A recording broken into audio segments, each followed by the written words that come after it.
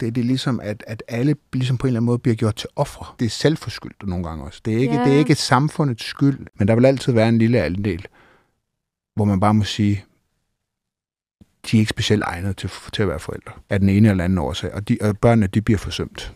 Altså jeg tror altid, der vil være sociale problemer i et samfund.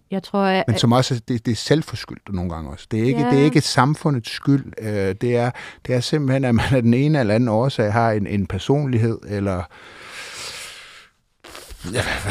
hvor man bare siger, der er bare nogen, som bare ikke er specielt egnet. Hvor man har nogle værdier, man måske har fået med sig i generation efter generation, for ens forældre var også på overførsel, de var aldrig på arbejde, osv. Hvor det bare fører til, at man bruger et liv på overførselsindkomst. Og så hører vi, at de er fattige, og det er de også, men det er nødvendigvis ikke nogen skyld andre end deres egen. Det er jo mega svært. Møder du ikke nogen gange i dit virke, nogen du tænker, ej, ved du hvad, du kunne altså også godt prioritere anderledes? Vi får mange familier ind, hvor du bare kan mærke den der negative sociale arv i generationer. Ja, men jeg er med på det er jeg med på.